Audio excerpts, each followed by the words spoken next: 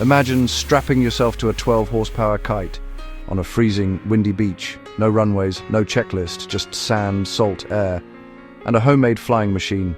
That was Kitty Hawk, North Carolina, 1903, where two bicycle makers rewrote physics with a screwdriver and a notebook.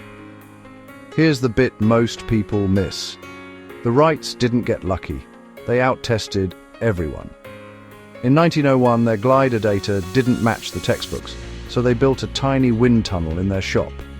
Over 200 airfoils later, they had numbers, lift, drag, angles that actually worked. Then came the propeller.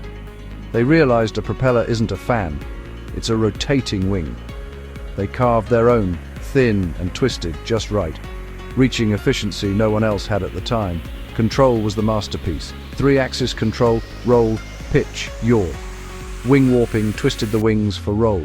A movable rudder tamed yaw, and a forward elevator, a canard, handled pitch. Now the morning on 17th of December 1903, temperature near freezing, a hard 20-27 pH headwind over the Kill Devil Hills dunes. The flyer weighed about 605 pounds with pilot, spruce wood, muslin fabric, and a custom 12-horsepower engine the size of a modern backpack. At 10:35 a.m., Orville lay prone on the lower wing, hands on the hip cradle to warp the wings. Wilbur steadied the tip. They released. The flyer bumped along a wooden rail, the propellers bit the wind, and then clean separation.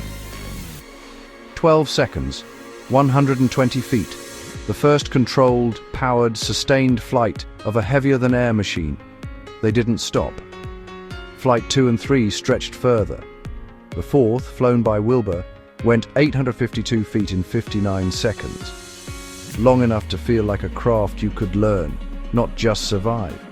A sudden gust later flipped the flyer and broke it, but their data and proof was safe in a camera and a journal.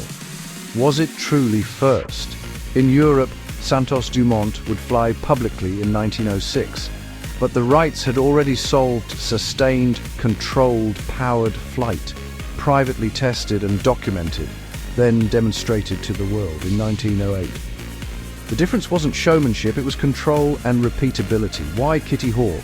Constant winds, soft sand for crashes, isolation to work without an audience. Why bicycles? Because balancing a bike teaches you stability, control, and light, strong structures. Their shop experience turned into aircraft geometry.